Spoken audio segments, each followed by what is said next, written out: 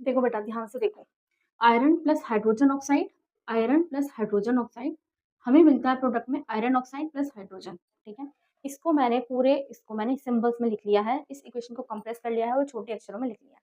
अब इसको बैलेंस करते हैं। देखो पहले क्या करेंगे, LHS, यहाँ पर आ जाएगा RHS, एलिमेंट के नाम लिखेंगे आयरन, हाइड्रोजन, ऑक्सीजन। ठीक है, यहाँ पर भी लिख लेते हैं आयरन, हाइड्रोजन, ऑक्सीजन।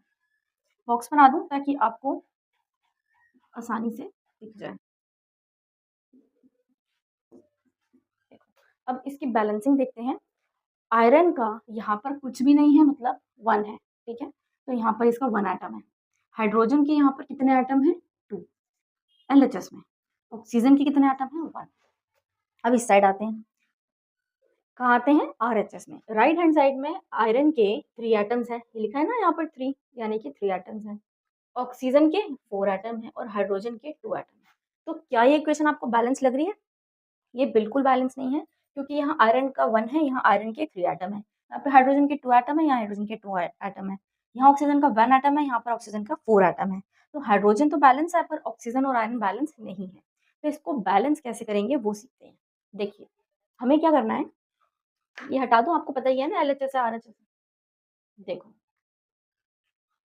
ध्यान से देखना बेटा, बहुत ही छोटा सा कॉन्सेप्ट है, मार्क्स ग्रैपिंग कॉन्सेप्ट है। ठीक है, यहाँ पर आयरन के 3 एटम है, हमें यहाँ पर आयरन के 3 एटम करने हैं। तो हम कुछ यहाँ पर तो ऐड नहीं कर सकते, रूल बताया था मैंने कि हमेशा यहाँ पर ऐड कर सकते हैं।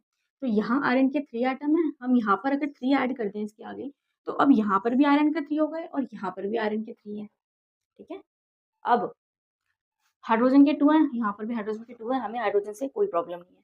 बट यहाँ पर ऑक्सीजन के 4 एटम्स हैं और यहाँ पर ऑक्सीजन का 1 एटम है, तो मैं यहाँ पर कुछ भी ऐड नहीं कर सकती हूँ। अकॉर्डिंग टू बैलेंसिंग रूल मैं ऐड करूँगी यहाँ पर, ऑक्सीजन के 4 है ना, तो मैं इस वाले ऑक्सीजन को 4 करने के लिए यहाँ पर 4 ऐड कर दूंगी। ठीक है, बट ऑक्सीजन के 4 एटम तो मैंने कर दिए, पर यहाँ पर हाइड्रोजन के कितने एटम हो गए पता है आपको?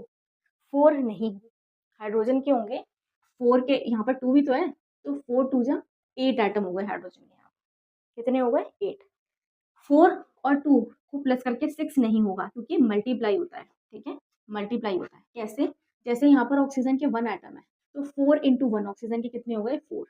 ऐसे ही यहाँ पर हाइड्रोजन के पैरों में 2 है, तो 4 इंटू 2 8 एटम हो गए यहाँ पर। ठीक है, हाइड्रोजन के कितने हो गए, 4 2 जा 8। तो हमें ये इस साइड को भी हाइड्रोजन के 8 एटम करने पड़ेंगे। तो मैं अगर यहाँ पर भी एक 4 ऐड कर दूँ, हाइड्रोजन के कितने एटम हो जाएंगे यहाँ पर, 4 2 जा 8। ठीक है,